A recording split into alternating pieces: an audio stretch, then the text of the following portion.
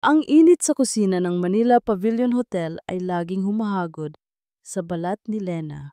Kasabay ng kaba sa bawat paglabas niya, bitbit ang mabibigat na tray. 4 na taon na siyang waitress dito at bawat araw ay isang pakikipagsapalaran. Ngayong gabi, isa na namang engranding event ng mga mayayaman ang ginaganap. Isang fundraiser para sa mga proyekto kuno ni Gobernador Arturo Villanueva. Lena, bilisan mo! Ang mga bisita naghihintay na, sita ng kanyang supervisor. Nagmamadaling lumabas si Lena. Hawak ang tray ng mga champagne. Kailangan niyang maging maingat. Isang maling galaw lang at babagsak ang buong mundo niya. Ang kikitain niya rito ang pagpapakain kay Lola Corazon, ang kanyang nag-iisang kapamilya. Habang naglalakad sa gitna ng matatalim na tingin at bulungan ng mga bisita, nakita niya si Sofia Ramirez Villanueva o mas kilala bilang Pia, ang nag-iisang anak ng gobernador. Nakaupo ito sa isang mesa kasama ang kanyang nobyo at ilang kaibigan, tumatawa ng malakas habang umiinom ng red wine. Ang kanyang presensya ay parang lason na kumakalat sa hangin para kay Lena. "Oops! Look what we have here!" Sabi ni Pia. Ang kanyang boses ay tila musika, ngunit puno ng panunuya. Ang ating maliit na waitress na laging nagmamadali. Kumunot ang noo ni Lena. Sinubukan niyang iwasan ang tingin ni Pia, ngunit imposibleng gawin iyon. May matinding galit si Pia sa kanya, isang galit na hindi niya maintindihan. Simula nang magsimula siya sa hotel, lagi na siyang pinagdidiskitahan ni Pia. "Excuse me po, ma'am," sabi ni Lena, dahan-dahang humakbang palayo. Ngunit huli na, biglang kinuha ni Pia ang kanyang baso ng red wine at walang sabi-sabing ibinuhos ito sa puting uniforme ni Lena. "Naku, ang clumsiness mo, Miss Reyes," sabi ni Pia. May matamis na ngiti sa labi, ngunit ang kanyang mga mata ay nagliliyab sa tuwa. "Sa susunod, tingnan mo ang dinadaanan mo. Hindi porket waitress ka, pwede ka nang maging bastos." Naramdaman ni Lena ang lamig ng alak na unti-unting kumalat sa kanyang damit, kasabay ng mainit na dugo na nagngangalit sa kanyang ugat. Ang mga mata ng lahat ay nakatuon sa kanya. Ang bulungan ay unti-unting lumakas. Ang kahihiyan ay mas masakit pa sa anumang latay. Gusto niyang sumigaw, magalit, tanungin si Pia kung bakit, ngunit hindi niya magawa. Nanatili siyang nakatayo roon, nakayuko, ang mga kamay ay mahigpit na nakakapit sa tray. Ang kanyang dibdib ay masakit sa pagpipigil ng luha. Bakit ba laging ganito? Bakit ba laging siya ang biktima? Mula sa di kalayuan, nakita ni Lena ang isang matangkad na lalaki, may matalim na titig na nakasaksi sa lahat. Siya si Gabriel Santillan, ang nobyo ni Pia. Karaniwan, makikita niya si Gab na nakangiti. Ngunit ngayon, ang kanyang mukha ay seryoso at may kakaibang kinang sa kanyang mga mata na parang nagtatanong. Ngunit hindi ito nagtagal. Tumingin si Gab sa ibang direksyon at hindi na muling tumingin kay Lena. Huminga ng malalim si Lena. Kailangan niyang maglinis. Kailangan niyang magpatuloy. Walang saysay ang galit. Walang saysay ang paglaban. Pinilit niyang ngumiti kahit namimilipit ang kanyang puso. "Pasensya na po, ma'am," sabi niya kay Pia. Ang kanyang boses ay nanginginig sa pilit na pagiging kalmado. Umalis si Lena habang patuloy na tumatawa si Pia. Nagtungo siya sa kusina kung saan tahimik siyang nagpalit ng uniforme at nilinis ang mantsa. Sa loob-loob niya, naramdaman niya ang isang butil ng pait. Hindi lang ang uniforme niya ang namantsahan, pati ang kanyang dignidad. Ang gabi ay lumipas na parang bangungot. Matapos ang kanyang chef, naglakad si Lena pauwi sa kanilang maliit na bahay. Ang kanyang mga paa ay pagod, ngunit mas pagod ang kanyang puso. Bakit kailangan niyang maranasan ang lahat ng ito? Bakit ba napakabuti ng kapalaran kay Pia at napakalupit naman sa kanya? Dating niya sa bahay, sinalubong siya ng kanyang lola Corazon na nag-aalala. Lena, anak, bakit gabi na? Tanong ni Lola Corazon, hinahagod ang likod ng apo. At bakit parang namumugto ang mga mata mo? Hindi kinaya ni Lena. Niyakap niya ang kanyang lola at doon niya ibinuhos ang lahat ng luha na kanina pa niya pinipigilan. Kinuwento niya ang nangyari. Nakikinig lang si Lola Corazon, ang kanyang mga mata ay puno ng lungkot. Hinaplos niya ang buhok ni Lena at sa kanyang mga labi isang pangalan ang halos lumabas, ngunit pinigilan niya. Anak! Huwag mong hayaang tapak-tapakan nila ang iyong pagkatao, sabi ni Lola Corazon. Ang kanyang boses ay malalim at seryoso na bihira niyang gamitin. Naramdaman ni Lena ang matinding higpit ng yakap ng kanyang lola. Nagulat siya sa biglang pagbabago ng tono ng lola niya. May dugo kang marangal na dumadaloy sa iyong mga ugat. Kumalas si Lena sa yakap, tiningnan ang kanyang lola nang nagtataka. Marangal na dugo? Ano ang ibig sabihin ng kanyang lola? Ang tanging alam niya ay anak siya ng isang yumaong magsasaka at isang ina na namatay sa panganganak. Wala siyang alam na marangal sa kanyang pagkatao. Ang mga salita ni Lola Corazon ay patuloy na umalingaw sa isip ni Lena kinabukasan. May dugo kang marangal na dumadaloy sa iyong mga ugat. Ano ang ibig sabihin yon? Ngunit sa gitna ng pagkalito, kailangan niyang bumalik sa trabaho. Ang tiyan ay hindi kayang maghintay ng sagot. Sa hotel, pinilit ni Lena na maging propesyonal, ngunit ang bawat galaw ni Pia ay sadyang nagpapahirap sa kanya.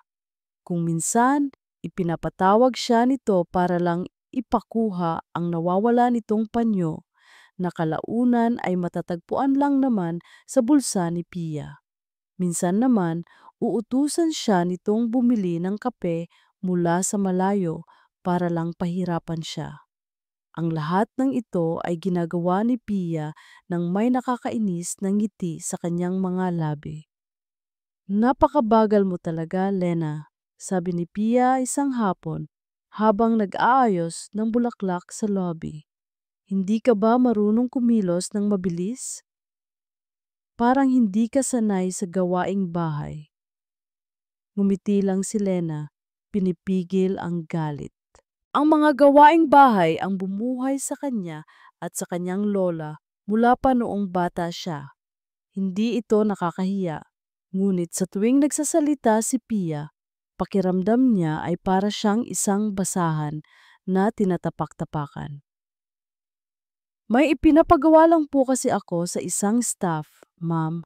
Sagot ni Lena, kalmado.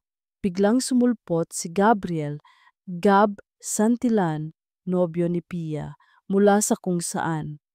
May hawak itong cellphone at tila abala sa isang tawag. Napansin ni Lena na lagi itong naroon sa paligid ng pamilya Villanueva, parang anino. Hindi ito sumasama sa mga tawanan at pagmamalaki ni Pia, at mas madalas ay tahimik lang itong nagmamasid. Ang kanyang mga mata ay laging may lalim, na parang may iniisip na malalim.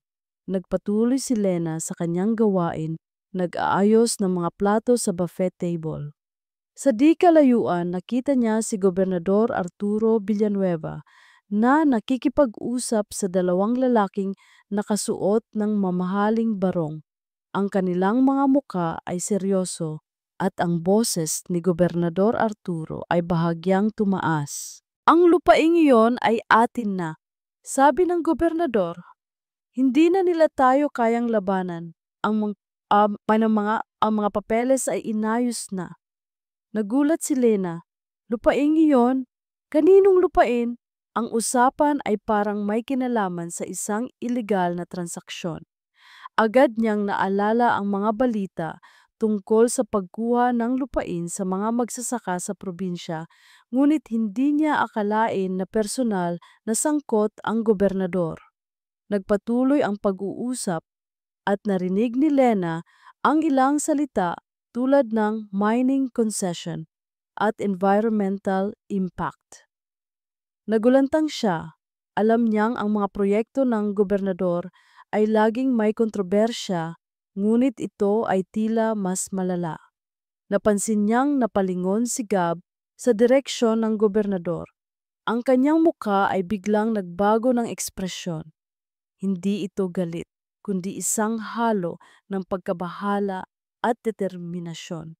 Nagkatitigan sila ni Lena sandali, at sa mga mata ni Gab, nakita niya ang isang bahagi ng pag-unawa. Tila ba pareho silang may nakikitang bagay na hindi nakikita ng iba. Ngunit agad ding umiwas si Gab ng tingin, tila takot na may makapansin sa kanilang pagtatagpo ng tingin. Naramdaman ni Lena ang pagkabahala. Mayroong dilim sa likod ng kinang ng pamilya Villanueva. Higit pa sa pagiging mayabang at mapagmataas ni Pia, mayroong mas malalim at mas mapanganib na lihim ang kanilang pamilya. Kinabukasan, habang naglilinis si Lena ng mga baso, nakita niya si Gab na nag-iisa sa teres. May hawak na kape. Nagulat siya nang biglang lumapit ito sa kanya. "Kumusta ka, Lena?" tanong ni Gab. Ang kanyang boses ay malambing, ibang-iba sa malamig na tinig na ginagamit niya kay Pia. "Ayos lang po, sir," sagot ni Lena, medyo naiilang. Ito ang unang beses na nakipag-usap si Gab sa kanya nang walang presensya ni Pia. "Huwag ka nang mag-sir," sabi ni Gab, ngumiti ng tipid. "Gab na lang, narinig ko ang nangyari sa iyo kagabi. Sorry." Nagulat si Lena sa kanyang paghingi ng tawad. "Wala po iyon, sir." Gab. Tiningnan siya ni Gab, ang kanyang mga mata ay mayroang lalim na tila sinusubukang basahin ang kanyang iniisip.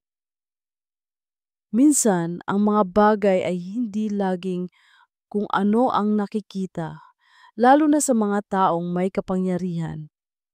Napakunot ang noo ni Lena. "Anong ibig mong sabihin, Gab?" Ngunit bago pa makasagot si Gab, tumunog ang kanyang cellphone. Napansin ni Lena na ang logo ng cellphone niya sa ay parehong logo ng isang kilalang law firm na mahilig humawak ng mga kaso laban sa korupsyon. "Excuse me, Lena," sabi ni Gab at lumayo upang sagutin ang tawag. Naiwan si Lena na nagtataka. Anong koneksyon ni Gab sa law firm na iyon? Bakit niya sinasabi ang mga bagay na iyon? Mas lalo siyang naguluhan. Pag-uwi, ikinuwento ni Lena kay Lola Corazon ang tungkol sa narinig niyang usapan ni Gobernador Arturo at ang kakaibang pag-uugali ni Gab. Nagulat si Lola Corazon. "Huwag kang makialam sa ganoong mga bagay, Lena," sabi niya. Ang kanyang boses ay tila may takot. "Mapanganib ang mga taong yan. Mas mabuti nang maging tahimik ka na lang." Niyakap ni Lola Corazon si Lena at naramdaman ni Lena ang paglambot ng kanyang katawan. Ngunit hindi nawala ang kaba. Bakit kaya tila takot na takot ang kanyang lola sa pamilya Villanueva? Mayroon bang mas malalim na dahilan sa likod ng pag-aalala ni Lola Corazon? Mula sa malayo, pinanood ni Gab si Lena habang naglilinis ito ng mga baso sa bar. Ang kanyang mga mata ay sinundan ang bawat galaw nito. Si Lena, isang simpleng waitress, ay tila isang tanglaw ng pag-asa sa gitna ng kadiliman na binabalot sa pamilya Villanueva. Ang kanyang kwento ay karaniwan. Isang dalagang nagtatrabaho para sa kanyang lola, ngunit may kakaibang kinang sa kanyang mga mata na nagpapahiwatig ng lakas na hindi pa niya lubos na nauunawaan. Naalala ni Gab ang kanyang sariling pamilya, ang pagkawala ng kanilang lupain dahil sa proyekto ni Gobernador Arturo Villanueva ay nag-iwan ng malalim na sugat. Ang pag-aaral niya ng abogasya ay hindi lang para sa karera, kundi para makamit ang hustisya. Ang Villanueva ang kanyang kalaban at determinado siyang ibagsak ang imperyo ng korupsyon na itinayo nito. Nakita niya kung paano sinaktan ni Pia si Lena. Naramdaman niya ang pait sa kanyang dibdib. Kailangan niyang lumapit kay Lena, ngunit kailangan niyang maging maingat. Ang pamilya Villanueva ay may mga mata at tainga sa lahat ng sulok. Isang araw pagkatapos ng shift ni Lena, sinadya ni Gab na hintayin ito sa labas ng hotel. Nagtatago siya sa dilim, nagmamasid. Nang makita niyang papalabas na si Lena, naglakad siya papalapit, tila nagkataon lang na naglalakad din doon. Lena? Tawag niya. Nagulat si Lena at bahagyang napatalon. Gab, bakit ka pa narito? May naiwan kasi akong papeles sa opisina, pagsisinungaling niya. Pero habang naglalakad, naisip kong baka gusto mong uminom ng kape para makapag-usap tayo ng maayos.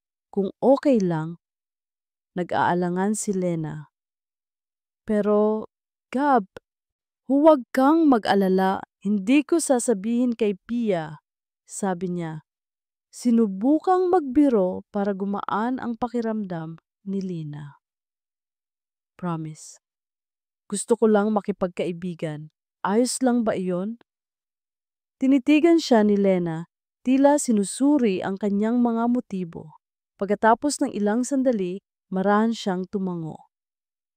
Sige po, pero sandali lang. Dinala niya si Lena sa isang maliit na coffee shop na malayo sa hotel. Doon, inumpisahan niyang magtanong, hindi direkta, ngunit sadyang nagpapahiwatig. Alam mo, Lena, nakakaawa ang kalagayan ng mga tao ngayon. Sabi ni Gab, humigop ng kape. Lalo na iyong mga inaapi. Minsan, nakikita ko ang mga taong may kapangyarihan na sinasamantala ang mga mahihina. Tiningnan ni Lena ang kanyang kape. Ang kanyang muka ay malungkot. Ganoon naman talaga po siguro, Gab. Ang mga malalakas, laging nananalo. Umiling si Gab. Hindi laging ganoon. Minsan, kailangan lang ng mga maliliit na tao ng boses. Isang magiting na puso na handang lumaban para sa kanila. Tumigil siya sandali, tiningnan si Lena ng diretso sa mga mata. Nakikita ko iyon sa iyo, Lena. Napaatras si Lena, nagulat sa sinabi ni Gab. Wala akong lakas, Gab, ni hindi ko nga kayang labanan si Pia. Ngumiti si Gab. May lakas ka, Lena, hindi mo lang siguro alam. Sa tingin ko, may nakikita kang mga bagay na hindi nakikita ng iba. Halimbawa sa mga pulong ni Gobernador Arturo. Nawala ang ngiti ni Lena. Napansin ni Gab ang bahagyang panginginig ng kanyang mga kamay. Nakuha niya ang atensyon nito. Anong ibig mong sabihin? Tanong ni Lena, ang kanyang boses ay mahina. Wala, sabi ni Gab. Kunwari ay binabawi ang sinabi. Nagtatanong lang ako. Sadyang mahirap lang talaga magtiwala sa mga taong nasa kapangyarihan. Habang nag-uusap sila, narinig nila ang kaguluhan mula sa kalayuan. Mula sa TV sa coffee shop, may balita tungkol sa isang malaking issue sa hotel. Isang importanteng alahas. Isang antique brooch na pag-aari ng isang foreign dignitary ang nawawala. At si Lena, bilang huling nakakita sa mesa, ang pangunahing suspect. Dali-daling tumayo si Gab. Halika, kailangan nating bumalik. Nang makabalik sila sa hotel, naroon na si Gobernador Arturo, Pia at ang foreign dignitary. Nagkakagulo. Nakita ni Pia si Lena at agad itong itinuro. Siya ang huling nakita malapit sa mesa. Malamang siya ang kumuha. Sigaw ni Pia, ang kanyang mga mata ay nagliliyab sa galit. Tanggalin niyo siya sa trabaho. Lumapit si Gobernador Arturo kay Lena. Ang kanyang muka ay seryoso. Miss Reyes, may papaliwanag ka ba? Nanginginig si Lena. Alam niyang ito na ang katapusan. Wala siyang kinuha, ngunit walang maniniwala sa kanya. Wala po akong kinuha, sir, sagot ni Lena. Ang kanyang boses ay halos pabulong. Nasaan ang brooch? Tanong ni Pia, lumalapit kay Lena, handa na itong sampalin. Ngunit bago pa man makasampal si Pia, hinarangan siya ni Gab. Sandali lang, sabi ni Gab, ang kanyang boses ay matatag. Nakita ko ang lahat. Nagulat ang lahat, lalo na si Pia. Gab, anong sinasabi mo? Nakita ko ang brooch kanina, Pia, sabi ni Gab. Tinitigan si Pia ng direkta. Nakita ko kung paano mo ito pinaglaruan habang nakaupo ka sa mesa at nakita ko rin kung paano mo ito sinadyang ihulog sa gilid ng sofa nang dumaan si Lena. Akala ko ay pupulutin mo, pero iniwan mo lang doon. Namutla si Pia. Ang kanyang mga mata ay nagtagpo sa mata ni Gab na puno ng galit at pagtataka.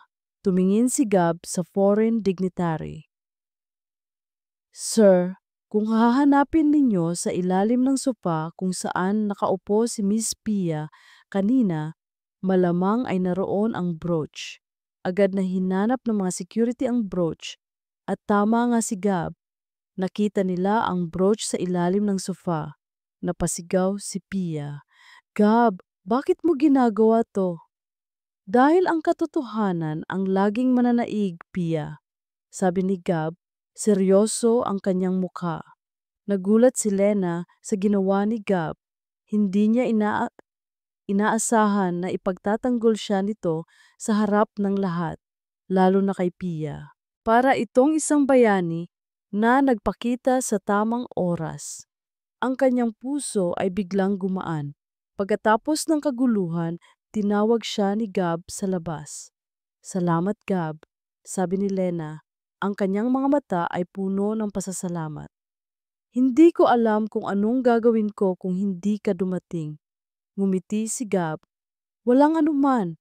Tandaan mo ang sinabi ko. Minsan, ang hustisya ay nangangailangan ng lakas ng loob na tumayo kahit nag-iisa. Tinitigan niya si Lina. Kailangan mo ring matuto lumaban, Lena. Ang mga salita ni Gab ay nagbigay ng kakaibang tapang kay Lena. Mayroon siyang kaalyado. Hindi na siya nag-iisa. Pag-uwi niya, dinala niya ang kanyang lola Corazon ang isang maliit na cake. Habang kinakain nila ito, biglang naaalala ni Lena ang isang lumang kahon ng alaala na itinago ng kanyang lola. Naghahanap siya ng isang lumang larawan nila at doon niya nakita ang isang kakaibang bagay. Isang lumang larawan, kulay sepia, ang nakita niya. Isang napakagandang babae na tila kamukhang kamukha niya. Nakatayo sa tabi ng isang matikas na lalaki, parehong nakangiti. Sa likod ng larawan may sulat kamay. Para sa aking minamahal, Emilio at Isabel. Nanlaki ang mga mata ni Lena. Sino si Isabel? At bakit ang kamukha niya? Hindi niya maintindihan. Ang lahat ng kaba at pagtataka na naramdaman niya sa araw na iyon ay muling nagbalik. Mas matindi.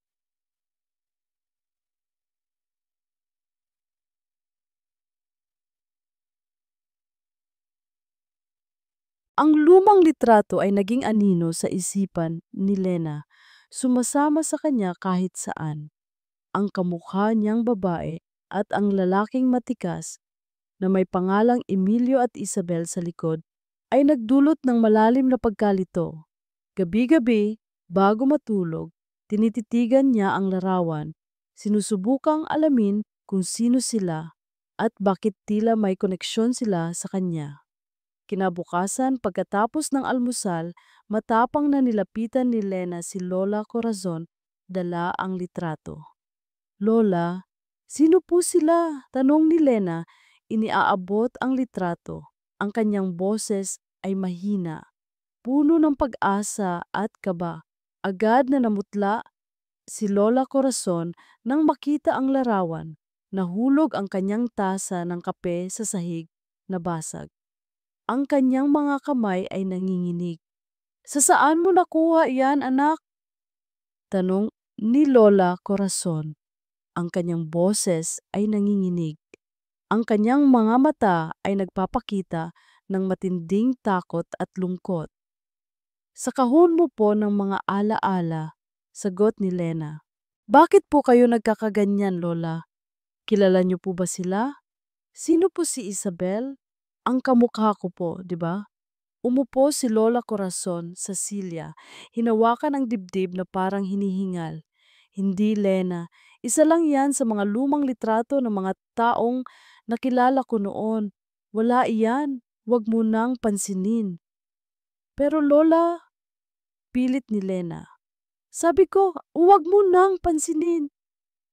Biglang sigaw ni Lola Corazon isang bagay na bihira niyang gawin. Ang kanyang mukha ay puno ng matinding pighati. Itago mo na yan.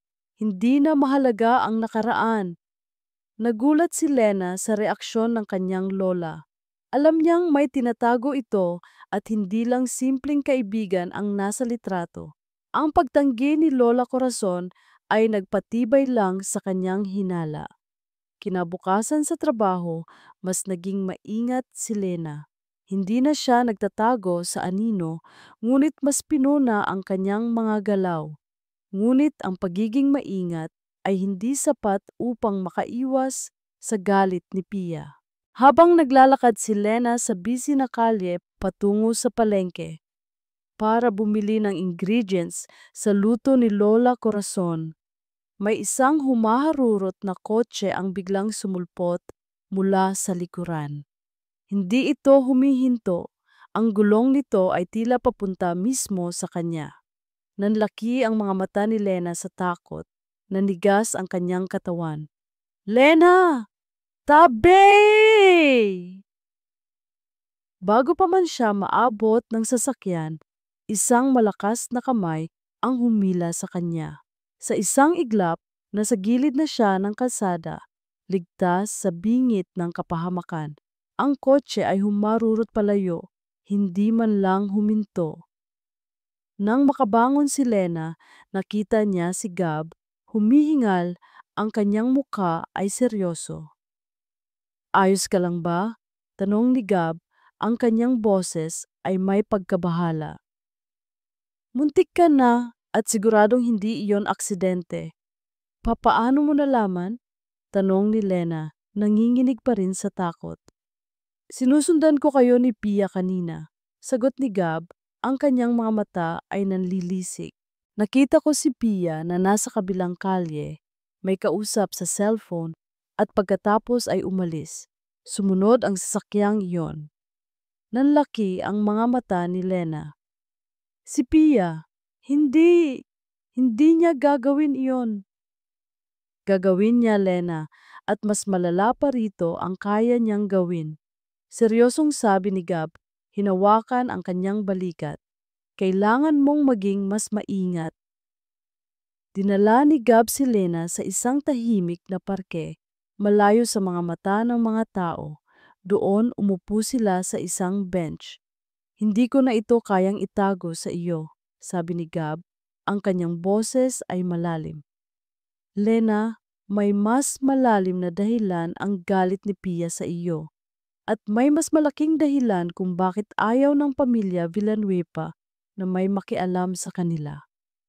Kinuha ni Gab ang kanyang cellphone at ipinakita kay Lena ang isang lumang balita.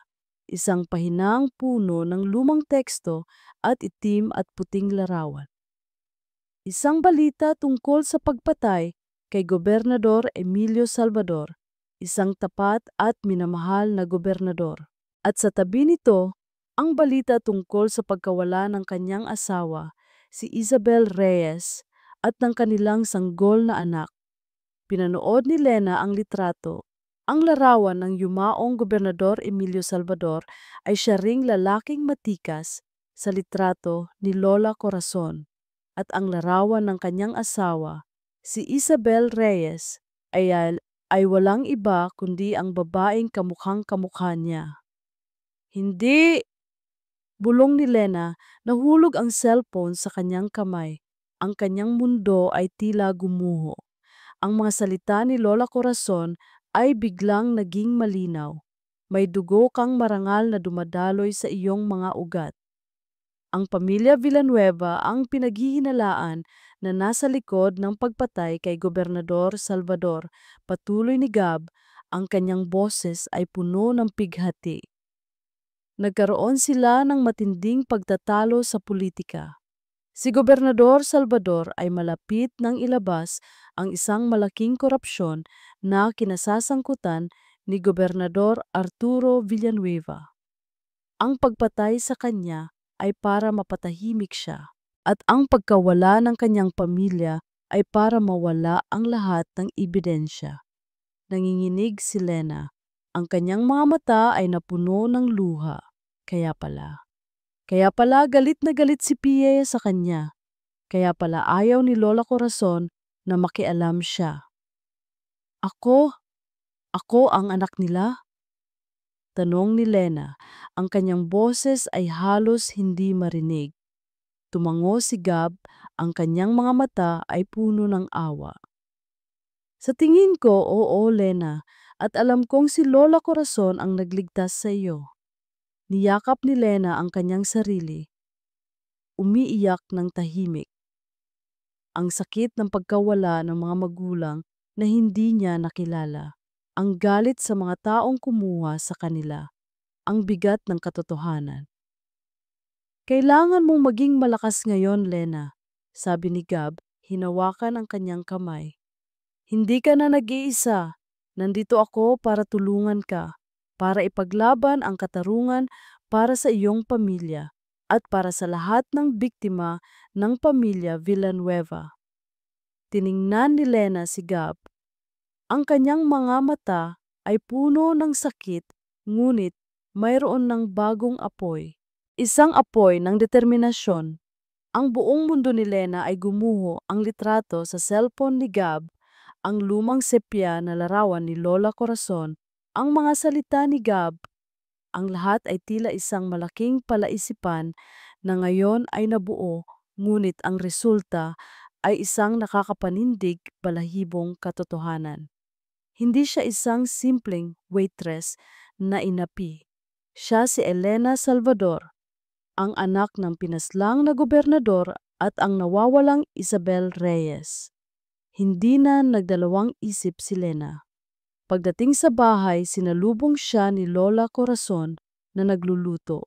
Ang amoy ng adobo ay karaniwan. Ngunit ang kapaligiran ay mabigat. Lola, tawag ni Lena.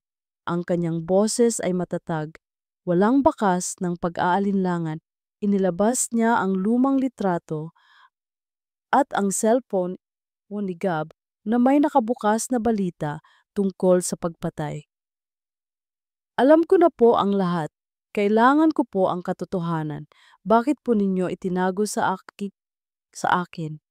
Nabitawan ni Lola Corazon ang sandok. Ang kanyang mukha ay namutla at ang kanyang mga mata ay nanlabo. Umupo siya sa sahig, umiiyak ng mahina. Anak ko, patawarin mo ako. Humihikbing, sabi ni Lola Corazon. Ayoko lang na maranasan mo ang sakit at panganib na naranasan ng iyong mga magulang. Doon, sa kanilang maliit na kusina, ibinuhos ni Lola Corazon ang lahat ng lihim na matagal na niyang dinala. Kinuwento niya ang araw ng trahedya, kung paano sinubukang labanan ni Gobernador Emilio Salvador ang korupsyon ni Gobernador Arturo Villanueva na may kinalaman sa isang malaking issue ng land grabbing at illegal mining na aapektuhan ang libu-libong mamamayan. Ipinaliwanag din niya kung paano nakuha ni Isabel Reyes ang mga matibay na ebidensya laban sa mga Villanueva. Isang gabi, anak, habang naghahanda ang iyong papa para sa isang malaking press conference, bigla na lang silang inatake, sabi ni Lola Corazon. Ang kanyang boses ay halos pabulong. Si Gobernador Emilio, binaril, at ang iyong mama, Isabel, ay kinuha. Ako, bilang kanyang personal na katulong, at iyong yaya ang nakakita sa lahat. Nanginginig si Lina sa bawat salita. Akala ng lahat ay patay na rin kayong mag-ina. Ngunit bago pa man kunin si Isabel, ipinagkatiwala kanya sa akin isang sanggol pa lamang. Patuloy ni Lola Corazon. Ipinilit ko na ilayo ka, palakihin ka ng malayo sa panganib na dulot ng pangalan mong Salvador. Nagpanggap tayong mag-ina. Nag-iba tayo ng pangalan. Naging Lena Reyes ka para makalimot ka sa nakaraan at magkaroon ng payapang buhay.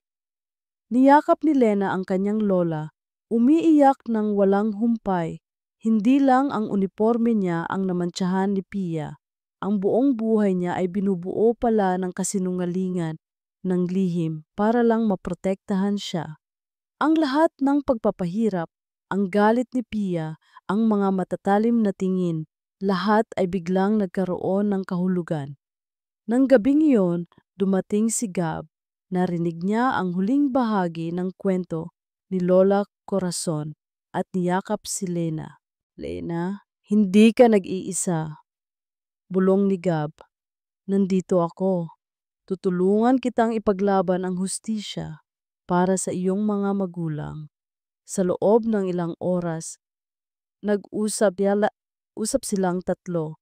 Ipinaliwanag ni Gab ang detalye ng kanyang investigasyon, kung paano niya sinundan ang mga transaksyon ng Villanueva, ang kanilang pagbili ng mga politiko at ang kanilang walang awang pagkuha ng lupain.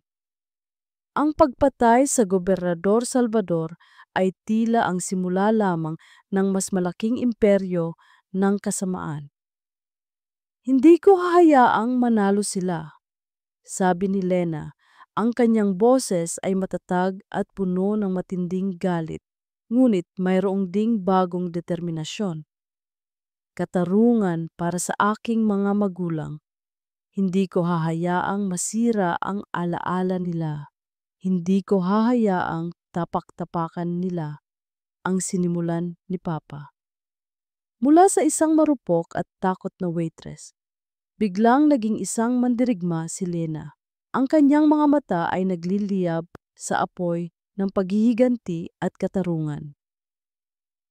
Ngunit kailangan natin ng ebidensya. Lena, paalala ni Gab, paalala ni malakas ang Villanueva.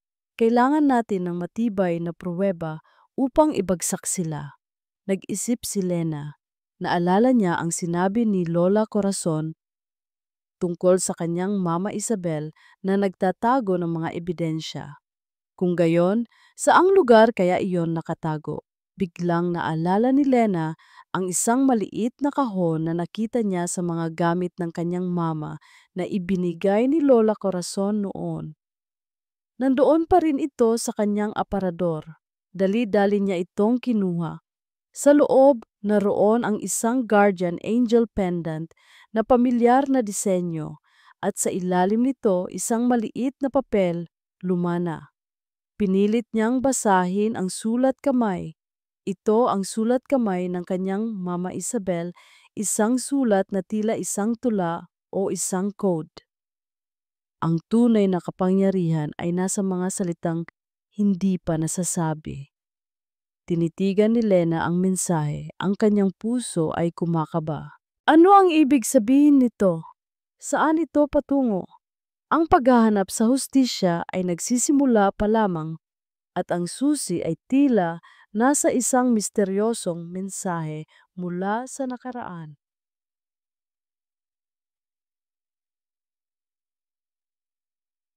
Ang mga mata ni Lena ay nagliliyab sa bagong tuklas na determinasyon at para kay Gab, mas maganda ito kaysa kaysa sa anumang sikat ng araw. Ang dating Lena na takot at mahina ay nawala, napalitan ng isang babaeng handang lumaban para sa katotohanan. Ngunit alam ni Gab na ang kanilang laban ay hindi madali. Malakas ang kalaban at matindi ang kanilang mga lihim. Ang tunay na kapangyarihan ay nasa mga salitang hindi pa nasasabi, ulit ni Gab, habang tinititigan ang sulat ni Isabel. Ibig sabihin, may nakatagong mensahe o dokumento na hindi pa nailalabas. Pero saan? Nag-isip si Lena. Ang papa ko, mahilig siya sa mga old books at journals. Mayroon siyang personal library sa lumang bahay namin. Ang lumang bahay ng mga Salvador? Tanong ni Gab. Iyon ba ang bahay na ngayon ay ginagamit ni Gobernador Arturo bilang vacation house o kaya naman ay abandonado na? Inangkin nila matapos ang insidente, paliwanag ni Lola Corazon, pero bihira na silang bumisita doon. Madalas mga security lang ang naroon. Alam ni Gab na iyon ang kanilang susi. Kung mayroon mang ebidensya si Isabel, malamang ay doon niya itinago. Kailangan nilang makapasok. Nagsimula ang kanilang paghahanap. Ginawa ni Gab ang kanyang makakaya upang makakuha ng impormasyon tungkol sa lumang Salvador Mansion. Sa pamamagitan ng kanyang mga koneksyon, nalaman niyang mahigpit ang seguridad doon, ngunit mayroon ding mga bulag na spot. Nagplano sila ng maingat. Isang gabi, habang nagmamaneho sila patungo sa lumang mansyon, naramdaman ni Gab ang tensyon. Hawak niya ang kamay ni Lena, ang kanyang puso ay kumakabog. Hindi lang ito tungkol sa hustisya, kundi pati na rin sa pagprotekta sa babaeng katabi niya. Ang kanyang damdamin para kay Lena ay lumalalim sa bawat pagsubok na kanilang kinakaharap. Gab, kinakabahan ako, bulong ni Lena, ang kanyang kamay ay nanginginig. Huwag kang mag-alala, Lena. Magkasama tayo. Sabi ni Gab, pinisil ang kamay nito. Kailangan nating maging matapang. Ito ang paraan para matubos ang iyong mga magulang. Nang makarating sila sa paligid ng mansion, nagpark sila sa malayo. Nagtago sila sa mga anino, pinag-aralan ang galaw ng mga gwardya. May isang lumang basement dito kung saan ang laging nagbabasa ang papa ko, sabi ni Lena. Doon niya siguro itinago ang kanyang journal. Ang mama ko, madalas niyang bisitahin ang papa ko doon. Nagpasya silang mag-split. Gagamitin ni Gab ang kanyang distraction tactic upang ilayo ang mga gwardya, habang si Lena naman ang papasok upang hanapin ang basement. Habang naghihintay ng tamang pagkakataon, biglang may sumulpot na itim na sasakyan. Mula rito, lumabas ang dalawang lalaki. Malalaki ang katawan na may mga baril. Sila ang mga tauhan ng Villanueva. Sila na iyan, bulong ni Gab, kinabahan. Sinusundan tayo, kailangan nating tumakbo. Nagsimula silang tumakbo, ngunit ang mga lalaki ay mabilis. Bigla, naramdaman ni Gab ang isang malakas na suntok sa kanyang likuran. Natumba siya. Gab! Sigaw ni Lena. Akala ng mga lalaki ay wala nang magagawa si Gab. Ngunit sa isang iglap, tumayo siya.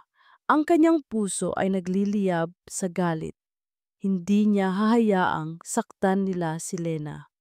Takbo, Lena! Hahanapin ko kayo sa loob!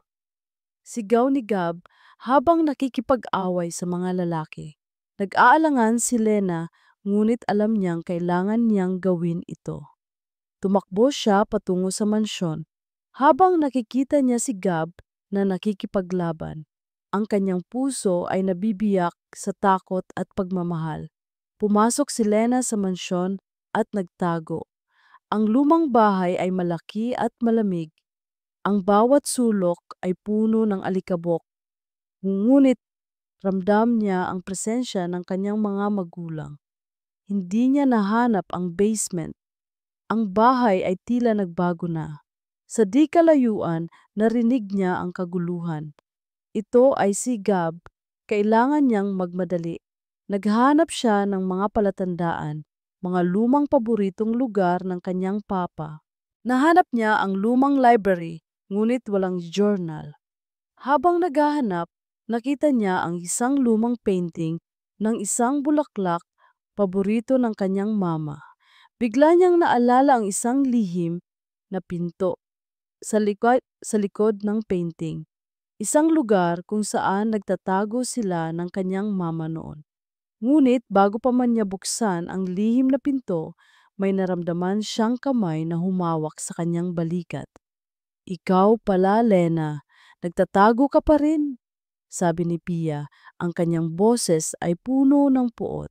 Lumingon si Lena at nakita si Pia kasama ang dalawang guwardiya. Ang kanyang muka ay puno ng kasamaan. Huwag kang magkunwari na hindi ka nasisiyahan, Lena, sabi ni Pia. Alam kong alam mo na ang totoo. Ang katotohanan na ikaw ay ang babaeng anak ng isang traidor at isang magnanakaw. Wala kang alam, Pia, matapang na sabi ni Lena. Ang papa ko ay hindi traidor. Ang papa mo ang magnanakaw. Ang lakas na ng loob mong sumagot, sigaw ni Pia at sinubukan niya itong sampalin. Ngunit bago pa man maabot ni Pia ang kanyang muka, biglang sumulpot si Gab. Nahuli niya ang kamay ni Pia at itinulak ito. Huwag mong saktan si Lena! Sigaw ni Gab, ang kanyang muka ay mayroong galit at pagmamahal. Nagulat si Pia. Gab, bakit mo siya ipinagtatanggol? Hindi mo ba alam kung sino siya? Alam ko kung sino si Lena, sabi ni Gab. Tiningnan si Lena ng may pagmamahal. At alam ko rin kung sino ka, Pia, at kung ano ang ginagawa ng pamilya mo. Humarap si Gab kay Lena. Lena, ano ang nahanap mo? Ang lumang painting, sabi ni Lena at agad niyang hinila ang painting. Lumabas ang lihim na pinto, ngunit bago pa man sila makapasok, biglang nagtakbuhan ang mas maraming gwardya ng Villanueva kasama ang isang galit na Gobernador Arturo. Ang mansyon ay tila napapalibutan na. Nakuha ko na kayo, sabi ni Gobernador Arturo. Ang kanyang boses ay may paghamak. Ang anak ng traidor at ang kanyang kasintahan. Akala niyo ba mapapatumba niyo ako? Walang sino man ang makakatalo sa akin. Nahuli na sila. Ang lahat ng pag-asa ay tila nawala. Ang lumang bahay ay naging isang patibong.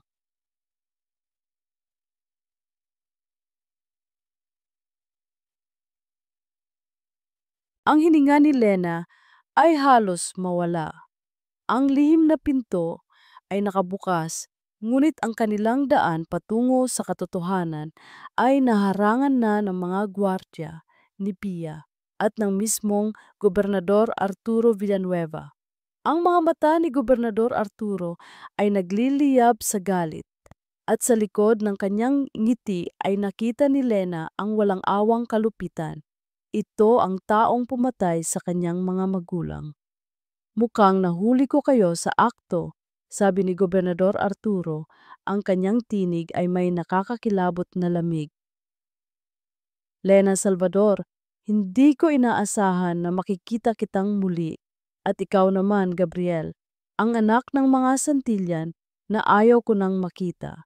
Lumalabas na nagtatago ka pala ng mga pusa sa loob ng aking mansyon. Wala kang karapatan sa mansyon na ito! Sigaw ni Lena, ang kanyang boses ay nanginginig ngunit puno ng galit. Ito ang bahay ng papa ko. Ang papa mo ang magnanakaw. Natawa si Gobernador Arturo. Isang malakas at nakakasuklam na tawa. Ang tatay mo ay isang hangal. Akala niya Kaya niyang labanan ang kapangyarihan. Tingnan mo ang nangyari sa kanya. At sa iyo, hindi ka rin magtatagal. Hinarap ni Pia si Lena. Ang kanyang muka ay puno ng puot. Kung hindi mo sana sinubukan na makialam, hindi ka sana mapapahamak. Bakit ba hindi ka na lang manatili sa iyong lugar, Lena? Isang waitress na anak ng isang traidor. Hindi ako traidor, sigaw ni Lena. At hindi ko hahayaang manalo kayo. Inangat ni Pia ang kanyang kamay, handa nang sampalin si Lena. Ngunit bago pa man dumapo ang kanyang kamay, hinarangan ito ni Gab. Hindi mo siya sasaktan, sigaw ni Gab, ang kanyang mga mata ay nanlilisik. Huwag mong subukan, Pia. Nagulat si Pia sa tapang ni Gab. Gab, bakit mo ba siya ipinagtatanggol?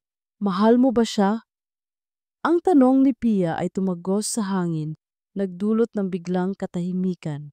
Napatingin si Lena kay Gab, ang kanyang puso ay kumabog ng mabilis. Naramdaman niya ang init ng kamay ni Gab na humahawak sa kanyang likuran, tila nagbibigay ng lakas. Oh, Pia! Sagot ni Gab, malinaw at matatag. Mahal ko si Lena at ipaglalaban ko ang hustisya para sa kanya at sa kanyang pamilya. Nanlaki ang mga mata ni Pia na parang hindi makapaniwala. Ang galit sa kanyang mukha ay napalitan ng pait at matinding pagtataksil. Kung ganoon, sabi ni Gobernador Arturo, wala na kayong silbi. Ikinulong silang dalawa.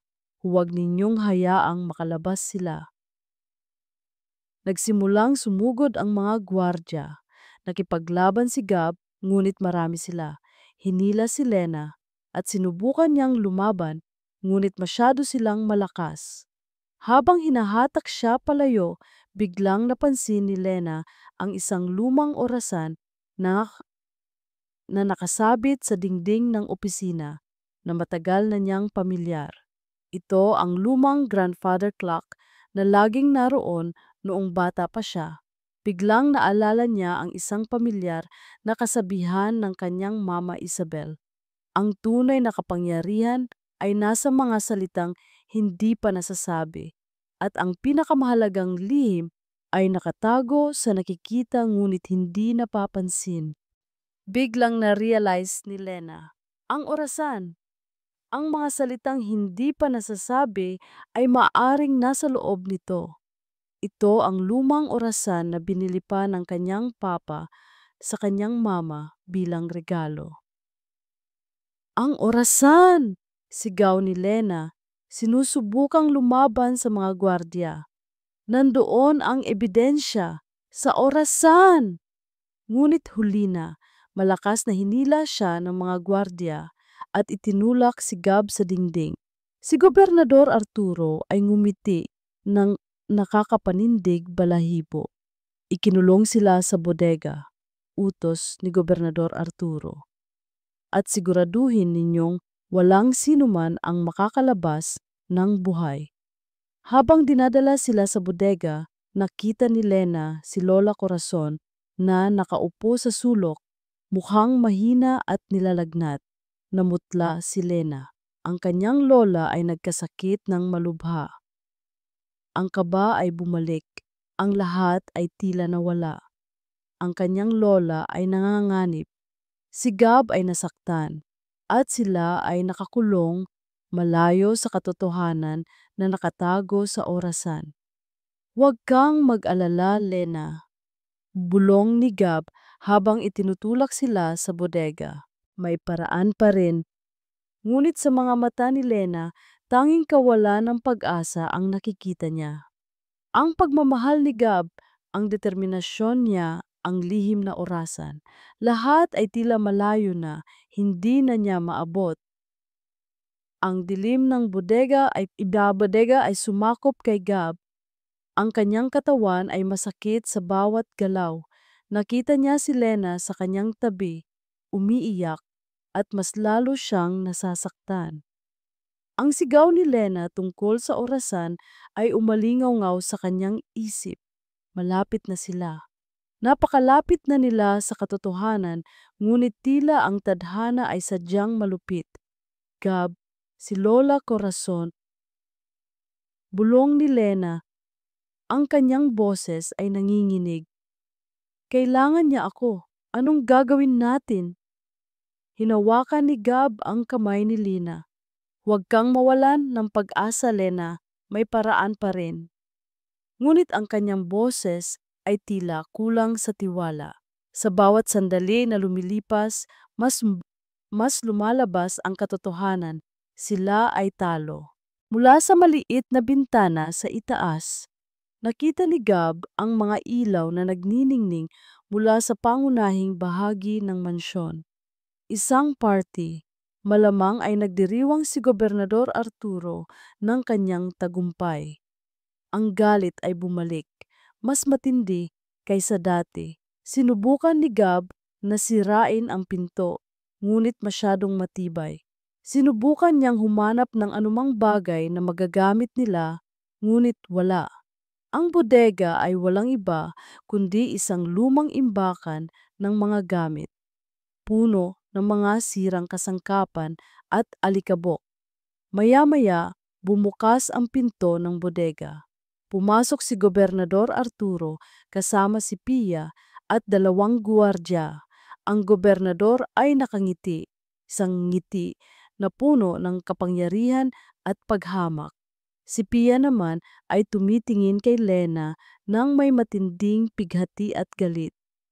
Ano, Lena Salvador? Kumusta ang paghahanap sa hustisya?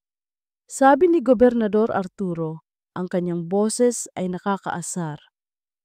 Mukhang mas matalas pa rin ang aking isip kaysa sa iyo at sa tatay mo. Lumapit si Gobernador Arturo sa kanila. Hawak niya ang isang lumang libro. Ito ba ang hinahanap mo? Ang diary ni Isabel Reyes. Nanlaki ang mga mata ni Lena. Hindi! Hindi iyan ang totoong diary. Natawa si Gobernador Arturo. Ang talino mo talaga, pero huli na ang lahat. Ang totoong diary, kung mayroon man, ay matagal nang nawala. At ang mga ebidensya laban sa akin, wala na. Ang tanging nalalabi ay ang iyong kawalan ng pag-asa. Inihagis ni Gobernador Arturo ang libro sa lupa. Kailangan kong tapusin ang lahat ng ito. Wala nang makakapigil sa akin. Wala nang alaala ng pamilya Salvador. At wala nang katarungan para sa inyo. Niyakap ni Lena si Gab, umiiyak ng walang humpay. Gab, anong gagawin natin? Talo na tayo. Hinalikan ni Gab ang noo ni Lena. Huwag kang mawalan ng pag-asa, Lena. Kailangan nating maniwala. Ngunit sa kanyang puso, naramdaman niya ang malamig na katotohanan. Talo na sila. Ang lahat ng kanilang pinaghirapan ay nawala. Ang kanyang pamilya ay hindi makakamit ng hustisya.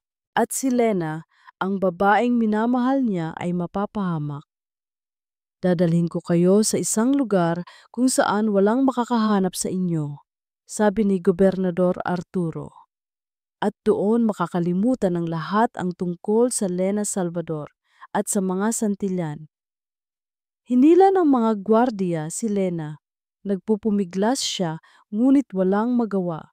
Sinubukan ni Gab na tumayo, ngunit ang kanyang katawan ay hindi na niya kontrolado. Ramdam niya ang panginginig sa kanyang mga tuhod. Huwag mong saktan si Lena! Sigaw ni Gab. Ang kanyang boses ay puno ng pighati. Ngumiti si Pia, isang nakakapangilabot na ngiti. Gab, bakit ba hindi mo na lang ako piliin? Mas malaki ang maiaalok ko sa iyo. Kapangyarihan, yaman, hindi ang isang waitress na ito. Tiningnan ni Gab si Pia ng may galit. Hindi ko kailangan ng kapangyarihan at yaman na puno ng dugo, Pia. Mas pipiliin ko si Lena, kahit sa gitna ng kawalan ng pag-asa. Nagtagis ang ngipin ni Pia. Kung ganoon, wala ka ring silbi. Hinila ng mga gwardiya si Lena. Habang papalabas sila sa bodega, nilingon niya si Gab Ang kanyang mga mata ay puno ng luha. Gab! Sigaw ni Lena. Hindi tayo susuko! Hindi tayo susuko! Sigaw ni Gab, ngunit ang kanyang boses ay pabulong na. Isinara ang pinto ng bodega. Naiwan si Gab nang nag-iisa sa dilim. Ang kanyang katawan ay masakit, ang kanyang puso ay nabiyak. Natalo sila. Si Lena ay nasa panganib at siya walang magawa. Ang lahat ng pag-asa ay tila nawala. Ito na ba ang katapusan? Mula sa dilim, narinig ni Gab ang malakas na pagtawa ni Gobernador Arturo Villanueva. Ang tawa na iyon ay umalingaw-ngaw sa kanyang mga tainga na parang nagpapahiwatig ng kanyang pagkatalo. Ang dilim ay hindi nagtagal sa isipan ni Lena. Kahit nakatali at nakakulong sa isang madilim na silid, ang mga salita ni Gab ay umalingaw-ngaw sa kanyang isip. Hindi tayo susuko. Ang pag-asa ay tila isang maliit na kandila sa gitna ng bagyo, ngunit naroon pa rin ito. Ngunit paano? Paano sila lalabas dito? Paano nila ibabagsak ang isang halimaw na tila hindi matitinag? Ang kanyang puso ay masakit sa pag-aalala para kay Lola Corazon na may sakit at para kay Gab na sigurado siyang nasaktan. Ramdam niya ang lamig ng pader na inuupuan niya. Wala siyang nakikita kundi ang kadiliman. Ilang oras ang lumipas. Ang mga tunog ng selebrasyon mula sa labas ay tila humina na. Marahil ay pagod na sa pagdiriwang ang mga Villanueva. Narinig niya ang pagpihit ng doorknob. Nagulantang si Lena. Mayroong papasok. Bumukas ang pinto at nakita ni Lena ang isang matandang babae, si Aling Pura, ang matagal ng tagaluto ng mga Villanueva. Kilala niya si Aling Pura. Mabait ito at laging nagbibigay sa kanya ng tira-tirang pagkain kapag nagtatrabaho siya sa hotel. Ngunit ngayon, ang mukha ni Aling Pura ay puno ng takot at pag-aalala. Aling Pura, anong ginagawa niyo po dito? Bulong ni Lena, nagtataka. Pinatahimik siya ni Aling Pura, inilagay ang daliri sa labi. May hawak itong maliit na kutsilyo. Dali-dali nitong pinutol ang tali ni Lena. Lena, kailangan mong umalis dito. Bulong ni Aling Pura, ang kanyang boses ay nanginginig. Narinig ko ang lahat ng ginawa ni Gobernador Arturo. Ang pagpatay sa iyong papa at mama, hindi ko na kaya. Naging bahagi ako ng mga kasinungalingan nila. Hindi ko na hahayaang may masaktan pa. Nagulat si Lena. Pero Aling Pura, wala ng oras, Lena. Sabi ni Aling Pura, hinawakan ang kanyang kamay. Narinig ko ang sigaw mo tungkol sa orasan. Tama ka. Nasa lumang orasan sa opisina ng gobernador ang totoong diary ng iyong mama Isabel. Si Isabel mismo ang naglagay doon. At ako, ang matagal nang nagbabantay, ang nagtago noon. Nanlaki ang mga mata ni Lena. Pero bakit po ninyo itinago? Takot ako, Lena, sabi ni Aling Pura, umiiyak. Pinagbantaan kami ni Gobernador Arturo. Ayoko namang masaktan ang pamilya ko. Ngunit ngayon, nakita ko ang katapangan mo. Hindi ko na kaya ang konsensya ko. Kailangan mong ilabas ang katotohanan. Pero paano po kayo? Tanong ni Lena. Huwag mo na akong alalahanin. Sabi ni Aling Pura, ang mahalaga ay ang katotohanan. Kailangan mong kuhanin ang diary. Ngayon na, nasa party pa sila, may kaunting oras ka.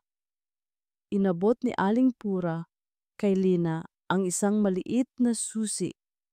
Ito ang susi sa opisina ng gobernador.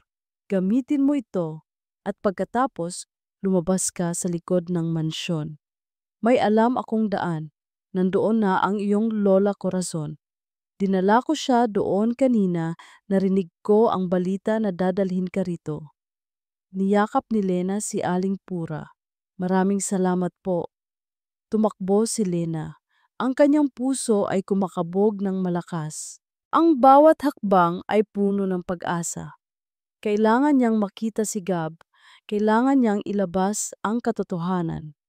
Nagpunta si Lena sa opisina ng gobernador. Ang mansyon ay tahimik na. Ang mga ilaw ay bahagyang nakabukas. Ang lumang orasan ay naroon pa rin, nakatayo ng matikas sa sulok. Dahan-dahan niyang binuksan ang orasan gamit ang susi ni Aling Pura. Sa loob, naroon ang isang lumang diary, nakabalot sa isang tela. Kinuha niya ito at ramdam niya ang bigat ng katotohanan. Ngunit bago pa man siya makalabas, narinig niya ang boses ni Pia. "Nasaan ka, Lena?" sabi ni Pia. Ang kanyang boses ay puno ng galit. "Alam kong narito ka, hindi ka makakatakas." Nagulat si Lena. Paano siya nalaman ni Pia? Mabilis siyang nagtago sa likod ng malaking bookshelf, hawak ang diary. Samantala, sa labas ng mansyon, si Gab ay dinala sa ospital ng isang dating kasamahan niya sa pulisya, si SPO3 Reyes, na nalihim na sumusuporta sa kanyang investigasyon. Binabantayan ni SPO3 Reyes ang mga galaw ng Villanueva matagal na. "Gab, kailangan nating magmadali," sabi ni SPO3 Reyes. "Nalaman ko ang plano ni Gobernador Arturo na tapusin na ang lahat." "Si Lena, nasa mansyon pa siya. Kailangan nating iligtas siya," sabi ni Gab, kahit na mahina pa siya. "Mayroon akong balita," sabi ni SPO3 Reyes. May gaganaping press conference si Gobernador Arturo bukas ng umaga. Gusto niyang ipahayag ang kanyang mga bagong proyekto, ngunit alam kong may balak siyang ilibing ang lahat ng ebidensya. Nagsimulang gumawa ng plano si Gab. Kailangan niyang iligtas si Lena at ilabas ang katotohanan sa publiko. Ito na ang huling pagkakataon. Ang bawat tibok ng puso ni Lena ay isang panalangin, isang galit, isang pag-asa. Hawak niya ng mahigpit ang lumang diary ni Mama Isabel, ang susi sa lahat ng katotohanan. Ngunit naroon si Pia, tila isang anino na sumusunod sa kanya. Ang kanyang boses ay tila lason sa tahimik na opisina. "Alam kong narito ka, Lena." Sigaw ni Pia, ang tunog ng kanyang takong ay papalapit. "Hindi ka makakatakas sa akin." Nagkubli si Lena sa likod ng malaking bookshelf, pinipigilan ang hininga. Alam niyang kailangan niyang lumabas. Kailangan niyang ilabas ang diary na ito sa publiko. Ngunit paano? Bumukas ang pinto ng opisina. Nakita ni Lena si Pia na pumasok. Ang kanyang mga mata ay nanlilisik sa galit. Hindi nito nakita si Lena. "Nasaan ka, Lena?" bulong ni Pia. Sinusuri ang bawat sulok. "Hindi mo kailangang magtago. Alam ko na ang lahat. Akala mo, hindi ko alam kung sino ka? Ang anak ng traidor na Salvador. Ang pamilya mo ang sumira sa pangalan namin." Lumabas si Lena mula sa kanyang pinagtataguan. Ang kanyang mga mata ay matatag. "Hindi ang pamilya ko, Pia. Ang pamilya mo ang sumira sa pangalan namin. Ang pamilya mo ang kumuha sa mama at papa ko. At ngayon ilalabas ko ang katotohanan." Nanlaki ang mga mata ni Pia. "Ang lakas ng loob mo. Akala mo ba may maniniwala sa iyo?" Biglang tumakbo si Pia patungo kay Lena. Sinusubukang agawin ang diary, ngunit naghanda na si Lena. Ikinahon niya ang diary at umiwas. Ang dalawa ay naghabulan sa opisina. Bawat isa ay gustong makuha ang diary. Sa isang iglap, nasambot ni Pia ang isang dulo ng diary. Ibigay mo sa akin iyan, sigaw ni Pia habang hinihila ang diary. Hindi! Sigaw ni Lena. Ito ang katarungan para sa aking mga magulang. Habang nagtatalo sila, may biglang sumabog na tunog mula sa labas ng mansyon. Mga sirena ng pulis, mga ilaw na kumikislap, at ang tunog ng mga helikopter. Anong nangyayari? Bulong ni Pia, biglang natakot. Gabriel Gab, Santillan POV. Ang sakit sa katawan ni Gab ay balewala. Ang tanging nasa isip niya ay si Lena. Nakita niya ang mansyon na papalibutan na ng mga pulis at media. Kasama niya si SPO3 Reyes at ang ilang mga tapat na pulis na handang labanan ang korupsyon. Nasaan si Lena? Tanong ni Gab, nag-aalala. Sa loob pa rin, Gab, sabi ni SPO3 Reyes. Sumugod na tayo. Nang makapasok sila, nakita ni Gab si Gobernador Arturo na galit na nakikipagtalo sa kanyang mga gwardya. Ang gobernador ay namumutla. Anong ginagawa ninyo dito? Sigaw ni Gobernador Arturo. Wala kayong karapatan. Mayroon kaming warrant of arrest, Gobernador, sabi ni SPO3 Reyes. Ipinakita ang papeles para sa pagpatay, korupsyon at land grabbing. Mga kasinungalingan, sigaw ni Gobernador Arturo. Wala akong kasalanan. Ngunit bago pa man makasagot si Gobernador Arturo, nakita ni Gab si Lena at Pia na nagtataltalan sa opisina. May hawak na lumang libro si Lena. Ito ang diary. Lena! Sigaw ni Gab. Tumakbo patungo sa kanya. Nakita ni Lena si Gab, ang kanyang mukha ay nabuhayan ng pag-asa. Ngunit biglang itinulak siya ni Pia at nahulog ang diary. Dali-daling kinuha ni Gab ang diary. Ito ang hinahanap namin. Nakita ni Gobernador Arturo ang diary. Nanlaki ang kanyang mga mata. Wala iyan. Walang katotohanan diyan. Sirain niyo iyan.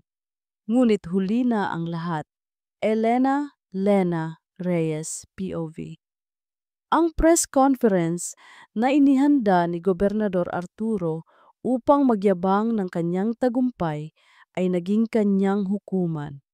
Sa gitna ng maraming tao, mga pulis at media, tumayo si Lena sa tabi ni Gab.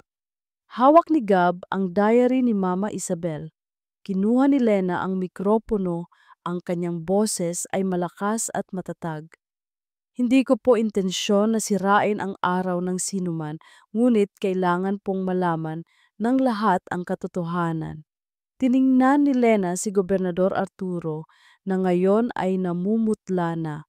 Tiningnan niya si Pia na tila gumuho na ang mundo. Ako po si Elena Salvador, sabi ni Lena. Ang kanyang boses ay nanginginig sa emosyon. Ang nawawalang anak ni Gobernador Emilio Salvador at Isabel Reyes. Ang aking mga magulang ay pinatay hindi dahil sa trahedya, kundi dahil sa kasakiman at korupsyon ng pamilya Villanueva. Nagulantang ang lahat, nagkagulo ang mga media. Binuksan ni Gab ang diary at binasa ni Lena ang ilang pahina. Ang mga nakasulat ay detalyadong ebidensya ng land grabbing, illegal mining, at ang mga plano ni Gobernador Arturo upang patahimikin ang kanyang mga kalaban, kabilang ang pagpatay kay Gobernador Emilio. Ang mga ebidensya ay hindi matatawaran. Ang mga larawan, ang mga pangalan, ang mga petsa. Lahat ay naroon. Namutla si Gobernador Arturo at sinubukan niyang tumakas. Ngunit nahuli siya ng mga pulis. Si Pia ay umiiyak. Ang kanyang mundo ay gumuho. Katarungan para sa aking mga magulang, sigaw ni Lena. At katarungan para sa lahat ng mga biktima ng pamilya Villanueva. Ang Ang mga tao ay nagpalakpakan, sumisigaw ng suporta. Ang mga luha ay umaagos sa mukha ni Lena. Ngunit ito ay luha ng tagumpay. Tiningnan niya si Gab at naggitian sila. Nagtagumpay sila.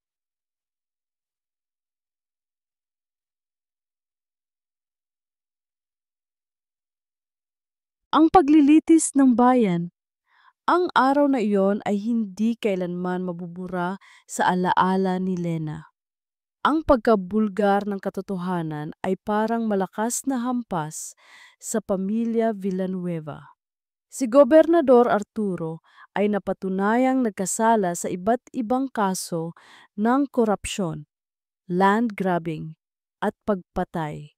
Si Pia, bagaman hindi direktang sangkot sa pagpatay, ay naharap sa kaso ng paninira at panggigipit, at ang kanyang pangalan ay tuluyang nadungisan.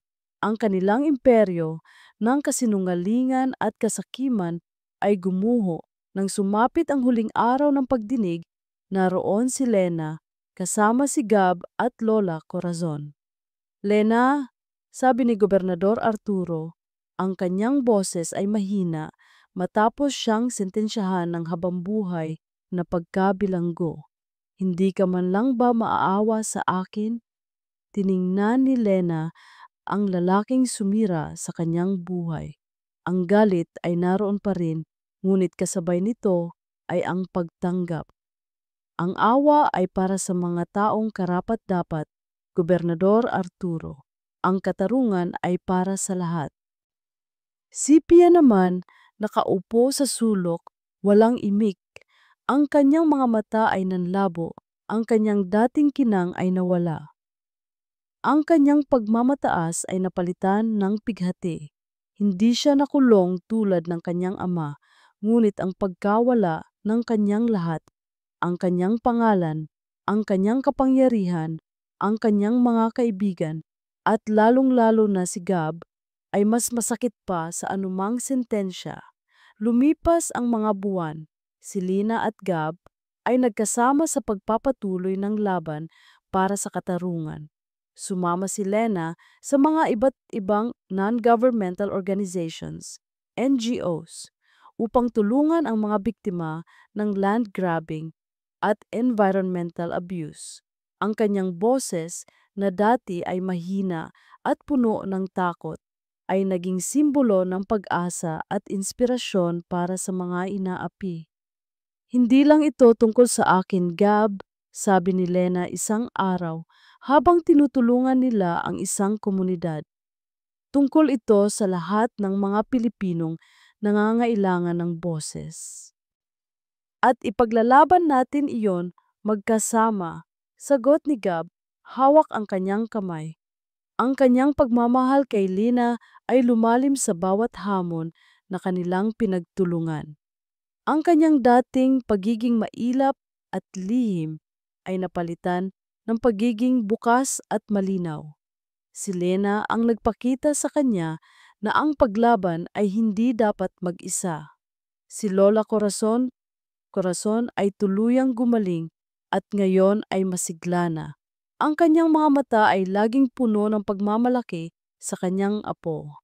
Isang araw, dinala ni Lena si Lola, Corazon at Gab sa libingan ng kanyang mga magulang. Naglagay sila ng sariwang bulaklak. Mama, Papa, nagtagumpay tayo. Bulong ni Lena, ang kanyang mga mata ay puno ng luha. Ngunit ito ay luha ng kapayapaan at pasasalamat. Ipinagpatuloy ko ang laban ninyo at ipinapangako ko hindi ako susuko. Hinawakan ni Gab ang kamay ni Lena. Hindi ka na nag-iisa, Elena Salvador. Nagkasama sila ni Gab, hindi lang bilang magkasintahan, kundi bilang mga kasamahan sa paghahanap ng hustisya. Itinayo nila ang isang foundation para sa mga biktima ng korupsyon, isang alaala sa alaala nina Gobernador Emilio at Isabel Salvador. Isang gabi, habang nakaupo sila sa beach, pinapanood ang paglubog ng araw. Niyakap ni Gab si Lena. Salamat, Lena, bulong ni Gab. Binigyan mo ako ng pag-asa, binigyan mo ako ng pagmamahal, at ipinakita mo sa akin na mayroon pa ring katarungan sa mundo. Salamat din, Gab, sabi ni Lena, nakasandal sa kanya. Ikaw ang naging lakas ko, ikaw ang nagturo sa akin na lumaban, at ikaw ang nagpuno sa puso kong pag-ibig. Ang buhay ay hindi naging perpekto, ngunit ito ay puno ng pag-asa. Ang laban para sa isang mas mabuting Pilipinas ay patuloy, ngunit ngayon mayroon ng liwanag.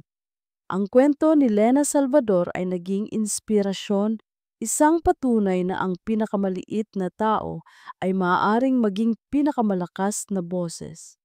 Ang sikat ng araw ay unti-unting lumubog at ang mga kulay ng ginto at kahel ay naghalo sa kalangitan. Naghawak kamay sina Lena at Gab, handa na harapin ang anumang hamon na darating. Ang kanilang paglalakbay ay isang patunay na ang tunay na katarungan ay nagmumula sa pagpapakumbaba at paglaban para sa katotohanan, anuman ang kapalit. Hindi ito ang katapusan ng kwento. Ito ang simula ng isang bagong pag-asa na pinagbuklod ng pag-ibig, katarungan, at pananalig sa kakayahan ng bawat Pilipino na ipaglaban ang katotohanan.